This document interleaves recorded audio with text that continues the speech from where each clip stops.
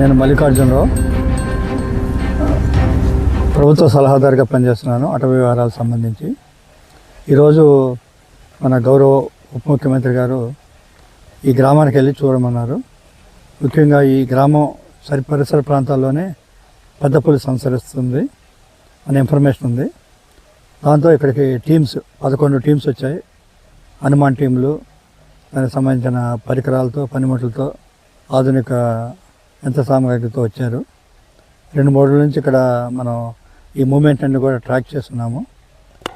ఇక్కడ ప్రజలందరూ కూడా, ఇక్కడున్న స్థానిక సర్పంచ్ గారు మరియు వైస్ ప్రెసిడెంట్, మరియు ఇక్కడున్న స్వీపర్ అందరూ కూడా వాళ్ళు కూడా సొంత కార్యక్రమం లాగా పాల్గొని అటవీ శాఖ సిబ్బందితో కలిసి ఈ పులిని సంరక్షించడానికి మరియు ఇక్కడ ప్రజలకు కూడా ఎలాంటి ఇబ్బంది లేకుండా చేయడానికి ఇక్కడ మంచి ప్రయత్నం జరుగుతుంది.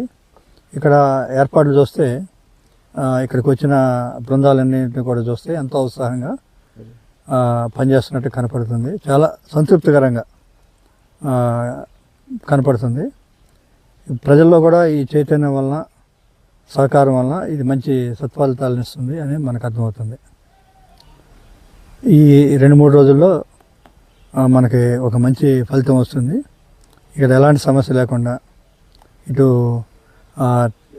పులికి నష్టం జరగకుండా, అట్లనే ప్రజలకు కూడా ఎలాంటి ఇబ్బంది కలగకుండా మన ప్రయత్నం జరుగుతున్నది.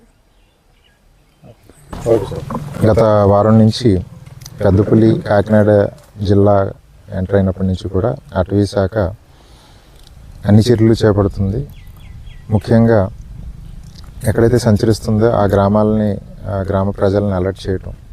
ఎందుకంటే ఈ పులికి క్యాటిల్ మీద దాడి చేసి చంపడం అన్నది క్యాటిల్ ప్రేగా ఎక్కువ చేసుకుంది. కాబట్టి ఆ పరిసర ప్రాంతాల్లో క్యాటిల్ ఎక్కడన్నా ఫ్రీగా ఉంటే దాని మీద అటాక్ చేసి చంపటము, ఇలాంటి కార్యక్రమాలు ఉంటున్నాయి. దానివల్ల ప్రజలు ఇబ్బంది పడుతున్నారు. యాక్చువల్గా మనుషుల మీద అయితే ఈ పులి ఎక్కడ కూడా అటాక్ చేసిన సందర్భం లేదు.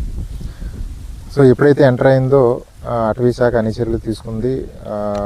హనుమాన్ టీమ్స్ వచ్చినాయి. ట్రాంక్యులైజ్ అంటే పులి ఒకవేళ జనావాసాల దగ్గరలో వస్తున్నప్పుడు దానికి మత్తు ఇచ్చి బంధించే విధంగా tranquilising teams, trap cages, trap cameras అన్నీ కూడా అరేంజ్ చేసుకోవడం జరిగింది. ఎప్పటికప్పుడు పులి కదలిక మనకు సమాచారం అందడం కోసం ఆల్రెడీ దీనికి శాటిలైట్ కాలర్ అమర్చడం జరిగింది. దాంతో మనకి రెగ్యులర్గా టైగర్ మూమెంట్ గురించి మనకు సమాచారం అందుతుంది.